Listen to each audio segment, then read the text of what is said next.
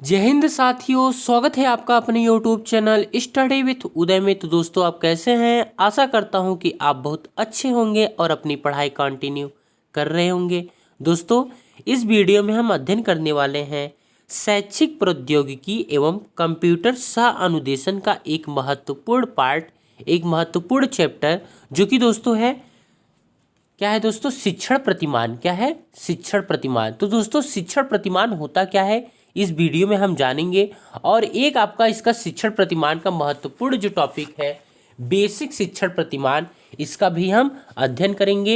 ये दोस्तों जो बेसिक शिक्षण प्रतिमान है, यह परीक्षा की दृष्टि से काफ़ी महत्वपूर्ण होता है। तो दोस्तों, धैर्य रख करके वीडियो में अंत तक जरूर बने रहिएगा। तो दोस्तों, जानते हैं आखिरकार शिक्षण प्रतिमान होता क्या है। वस्तुओं का वह रूप जो अवास्तविक होते हुए भी वास्तविकता का बोध कराता है। कैसा दोस्तों? जो वस्तु का वह रूप जो कि अवास्तविक है, लेकिन वो बोध किसका कराए? वास्तविकता का बोध कराता है। उसी को क्या कहते हैं? मॉडल कहते हैं, उसी को प्रतिमान कहते हैं। दोस्तों, मॉडल या प्रतिमान कहलाता है। मॉडल शब्द आंग्ल भाषा के मॉडल का हिंदी रूपांतरण है। दोस्तों, जो प्रतिमान शब्द है, यह आंग्ल भाषा के मॉडल शब्द का हिंदी रूपांतरण है और कक्षा में शिक्षण प्रक्रिया में प्रयुक्त होने वाले शिक्षण सहायक सामग्री में प्रतिमान प्रभावशाली सहायक साधन के रूप में प्रयोग किए जाते हैं। जैसे कि दोस्तों, कोई औद्योगिक कारखाना, इमारत बनाना, नदी पर बांध बनाना या फिर किसी छवि को मूर्त रूप देना आदि कार्यों में जो मॉडल तैयार किया जाता है, जो शिक्षा से रिलेटेड मॉडल तैयार किया जाता है, उसे शिक्षण प्रतिमान कहा जाता है। दोस्तों, इसका हम एक परिभाषा देखते हैं। पाल डी ईगन और उनके सहयोगियों के अनुसार। तो दोस्तों, ये कहते हैं कि शिक्षण प्रतिमान से अभिप्राय विशिष्ट अनुदेशनात्मक लक्ष्यों की प्राप्ति के लिए निर्मित उपचारात्मक शिक्षण व्यूह रचनाओं से है। क्या कहते हैं दोस्तों? कि जो शिक्षण प्रतिमान होता है, इसका मतलब यह होता है कि जो विशिष्ट अनुदेशन होते हैं, विशिष्ट जो इंस्ट्रक्शन होते हैं, उसके द्वारा लक्ष्यों की प्राप्ति के लिए जो उपचारात्मक शिक्षण व्यूह रचना की जाती है, उसी को क्या कहते हैं? शिक्षण प्रतिमान कहा जाता है। तो दोस्तों, चलिए हम अध्ययन करते हैं बेसिक शिक्षण प्रतिमान क्या है। इस प्रतिमान का जो प्रतिपादन करता है वो है दोस्तों रॉबर्ट ग्लेसर। कौन है? रॉबर्ट ग्लेसर है। और रॉबर्ट ग्लेसर ने इसे सन 1962 में क्या किया था? प्रतिपादित किया था। जिसको कि दोस्तों इसका दूसरा नाम है, जो है बेसिक शिक्षण प्रतिमान का दूसरा नाम है बुनियादी शिक्षण प्रतिमान। क्या कहा जाता है? बुनियादी शिक्षण प्रतिमान कहा जाता है।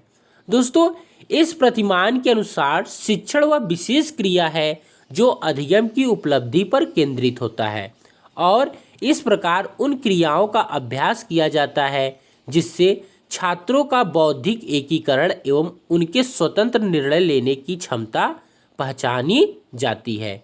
दोस्तों, ये प्रतिमान के अनुसार, इस जो बेसिक शिक्षण प्रतिमान है, इसके अनुसार शिक्षण एक ऐसी विशेष प्रक्रिया होती है जो कि अधिगम की उपलब्धि पर केंद्रित होता है। किस पर केंद्रित होता है?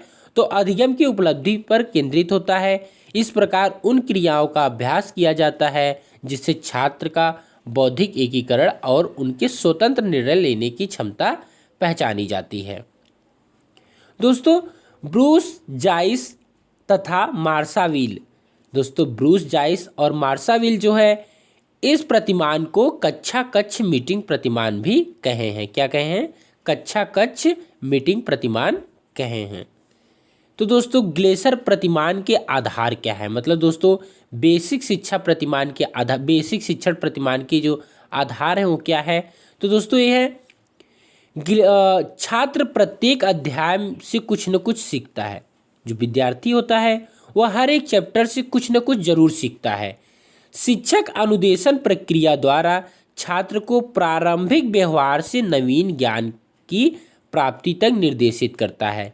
जो शिक्षक होता है दोस्तों, ये इंटरेक्शन मेथड के थ्रू क्या करता है? बच्चों को क्या करता है? जो उसका प्राइमरी नॉलेज होता है, उससे ये नवीन नॉलेज में, न्यू नॉलेज में क्या करता है? जोड़ता है। शिक्षण के विभिन्न घटकों में प्रतिमानों द्वारा सामंजस्य स्थापित किया जा सकता है। दोस्तों शिक्षण के जो विभिन्न घटक होते हैं उसमें क्या करता है, ये जो प्रतिमान होता है वो सामंजस्य स्थापित करता है। इसके थ्रू क्या होता है, बच्चे को समझाना काफ़ी आसान हो जाता है। छात्र के व्यवहार में वांछित परिवर्तन लाना शिक्षण का मुख्य उद्देश्य होता है।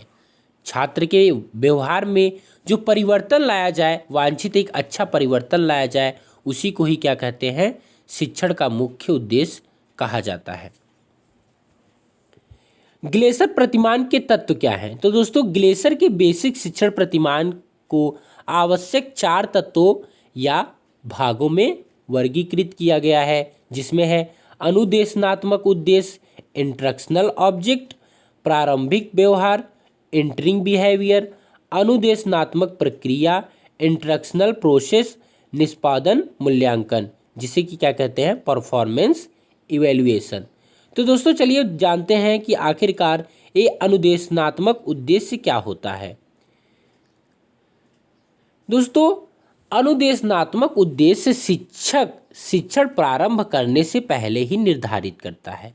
ये जो उद्देश्य होता है, मतलब दोस्तों कि जो शिक्षक होता है ये पहले से ही एक उद्देश्य निर्धारित करता है कि हम बच्चों को क्या पढ़ाने जा रहे हैं, इसका क्या एम होगा, क्या उन पे इफेक्ट पड़ेगा, इसके बारे में वो पहले से सोचता है, जिससे कि अनुदेशनात्मक उद्देश्य के अंतर्गत रखा जाता है।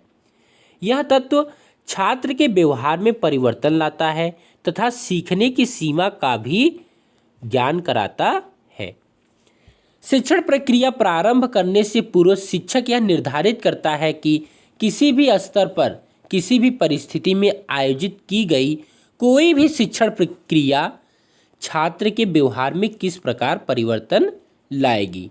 ये दोस्तों क्या होता है, शिक्षण का जो अनुदेशनात्मक उद्देश्य होता है उसके अंतर्गत आता है, जिसके की प्रमुख जो सोपान है वो है कि क्या पढ़ाता है, पाठ्य वस्तु होना चाहिए, क्यों पढ़ाता है, अनुदेशन के उद्देश्य होते हैं, और किस प्रकार पढ़ाता है, ये जो है शिक्षण विधियां और सहायक प्रणाली में आ जाता है। दोस्तों प्रारंभिक अथवा पूर्व व्यवहार, तो ये क्या है, शिक्षण प्रक्रिया प्रारंभ करने से पहले छात्रों के पूर्व ज्ञान, बौद्धिक स्तर एवं अधिगम स्तर आदि का आकलन किया जाता है।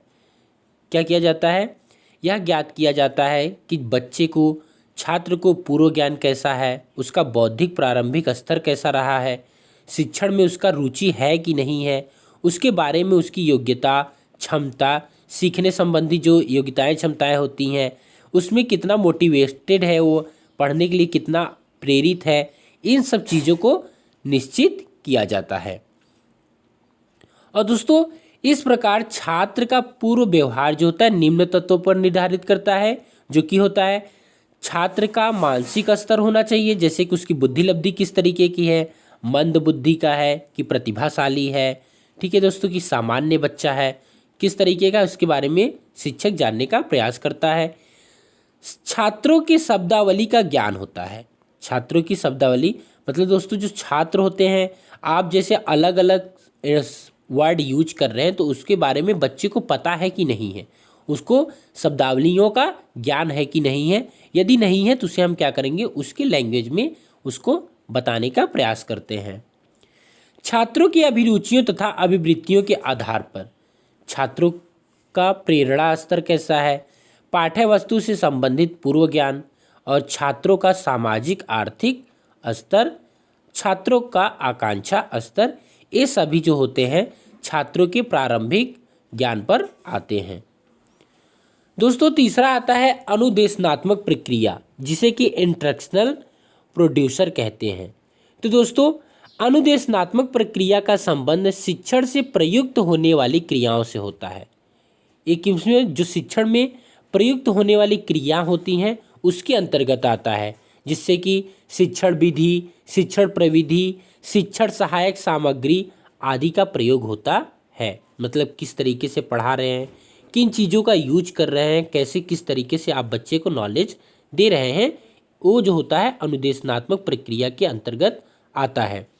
अनुदेशनात्मक प्रक्रिया के अंतर्गत ही अधिगम अनुभव प्रदान किए जाते हैं। यह शिक्षण की अंतःक्रिया अवस्था होती है। दोस्तों क्या होता है यह जो होता है शिक्षण की अंतःक्रिया अवस्था होती है। जो अनुदेशनात्मक प्रक्रिया होती है यह शिक्षण की अंतःक्रिया अवस्था होती है। छात्र एवं शिक्षक को जो कुछ भी पढ़ाना या सीखना है उसे वो क्या करता है, प्रस्तुत करना ही अनुदेशनात्मक प्रक्रिया होती है। दोस्तों छात्र एवं शिक्षक को जो कुछ मतलब जो छात्र पढ़ाना चाहता है या फिर जो शिक्षक पढ़ाना चाहता है या फिर जो छात्र सीखना चाहता है उसे प्रस्तुत करना ही अनुदेशात्मक प्रक्रिया कहते हैं। इस प्रक्रिया को शिक्षण का क्रियात्मक पक्ष कहा जाता है। इस प्रक्रिया को क्या कहा जाता है, शिक्षण का क्रियात्मक पक्ष भी कहा जाता है। दोस्तों अनुदेशनात्मक प्रक्रिया की परिभाषा कुछ विद्वानों ने स्पष्ट की।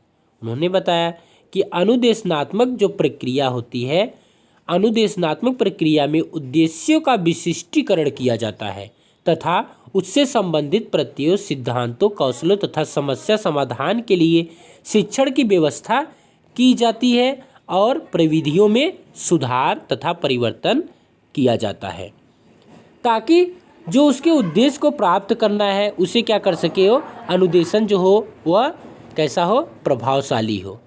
दोस्तों अनुदेशनात्मक प्रक्रिया के कुछ प्रभावशाली तत्व निम्नलिखित है। विविध उद्देश्यों की रचना, विविध उद्देश्यों की रचना करना चाहिए, कार्य विश्लेषण होना चाहिए, पूर्व व्यवहार हो और शिक्षण सामग्री हो, शिक्षण प्रक्रिया और छात्रों की निष्पत्तियों का मूल्यांकन एवं निदान तथा उपचार होना चाहिए। मतलब छात्र कैसा बिहेव कर रहे हैं, किस तरीके का पढ़ाई में इंटरेस्ट ले रहे हैं कि नहीं, उनका ज्ञान बढ़ रहा है कि नहीं, उसके लिए मूल्यांकन करें। जो उनकी समस्याएं क्रिएट हो उनका निदान एवं उपचार किया जाए।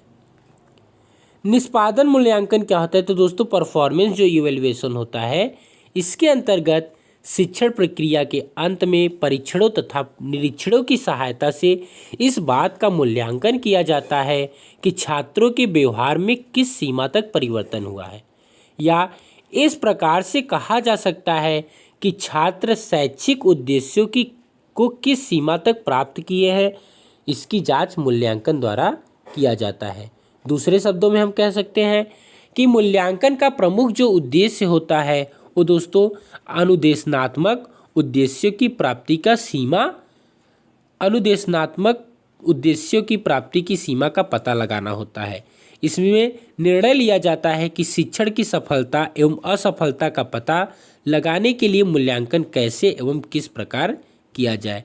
दोस्तों शिक्षण का जो होता है सफलता मतलब जो शिक्षण प्रक्रिया चली है उसको सफलता मिली या नहीं मिली, बच्चा जो शिक्षक उसे सिखाया है क्या बच्चा उसे धारण कर पाया है, आत्मसात कर पाया, उसको अधिगम हो पाया है कि नहीं हो पाया है। इससे क्या होता है मूल्यांकन के थ्रू पता चलता है। तो मूल्यांकन हम करेंगे कैसे, साक्षात्कार विधि से कर सकते हैं, प्रश्नावली विधि से और मौखिक, लिखित एवं प्रयोग परीक्षण से, रेटिंग स्केल एवं प्रक्षेपी तकनीकें आदि के द्वारा हम कर सकते हैं।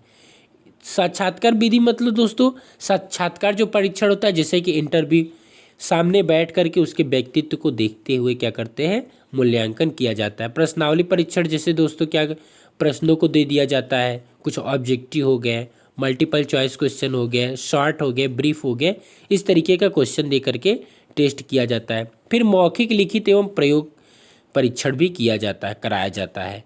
रेटिंग स्केल भी होता है। एक रेटिंग स्केल मतलब देखा जाता है पैमाने पे कि बच्चे को किस तरीके का कितना नॉलेज हुआ है, जैसे कि एक तरीके से सामान्य स्तर ज़्यादा है कि प्रतिभाशाली उसमें ज़्यादा उभर कर आ रहे हैं कि मूढ़ बुद्धि वाले आ रहे हैं, कैसे हैं वो पता चलता है।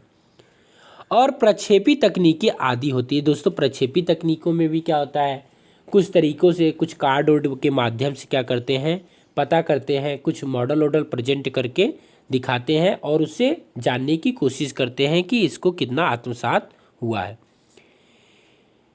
ये जो होता है परीक्षण होता है शिक्षकों एवं छात्रों को पृष्ठपोषण प्रदान करता है। निष्पादन मूल्यांकन सत्य, विश्वसनीय, वैध, वस्तुनिष्ठ एवं प्रश्नावली प्रभावशाली होनी चाहिए। उपयुक्त चारों सोपान शिक्षण प्रक्रिया में एक दूसरे से जुड़ी होने के कारण प्रत्येक सोपान एक दूसरे पर अपना प्रभाव डालते हैं। तो दोस्तों सार शब्दों में हम कहें कि कि जो शिक्षण प्रतिमान होता है दोस्तों, ये क्या होता है, एक टाइप का मॉडल होता है जिसमें कि कोई भी चीज़ अवास्तविक होते हुए भी वास्तविकता का बोध कराता है। इसमें 4 हमने मुख्य पढ़े तत्वों को पढ़े, जैसे कि अनुदेशनात्मक उद्देश्य, जिसमें क्या करता है, जो शिक्षक होता है वो शिक्षण प्रारंभ करने से पहले एक गोल को डिसाइड करेगा, एक उद्देश्य बनाएगा कि आखिरकार हम क्या पढ़ाने जा रहे हैं, इसका कैसे पढ़ाना है, किस प्रकार पढ़ाना है, इसका वो निर्धारण करता है। प्रारंभिक व्यवहार में क्या करता है कि बच्चे को देखता है कि बच्चे को पूर्व ज्ञान से कितना चीज़ ज्ञान है, उसको नवीन ज्ञान से क्या करता है, जोड़ता है, उसकी बुद्धि लब्धि ये सब चीज़ें जानने का प्रयास करता है। अनुदेशनात्मक प्रक्रिया में क्या होता है दोस्तों, इसमें क्या होता है, जो शिक्षक होता है एक तरीके से इसे क्रिया की अवस्था भी कहा जाता है। इसमें जो शिक्षक होता है जो क्लास में आने के बाद जो टीचिंग मेथड करता है, कैसे पढ़ाता है, किन सामग्रियों का यूज करता है, वो सभी इसके अंतर्गत आते हैं। निष्पादन मूल्यांकन, तो दोस्तों इसके अंतर्गत क्या होता है कि जानना है कि जो शिक्षण प्रक्रिया हुई है वो सफल हुई है या नहीं हुई है, इसके लिए क्या करेंगे, हम मूल्यांकन करते हैं। तो दोस्तों वीडियो कैसा लगा आपको कमेंट बॉक्स में ज़रूर बताइएगा। हमने प्रयास किया है कि आसान से आसान भाषा में आपको समझाने का। यदि कोई त्रुटि रही होगी तो कमेंट बॉक्स में ज़रूर बताइएगा। Thanks for watching this video.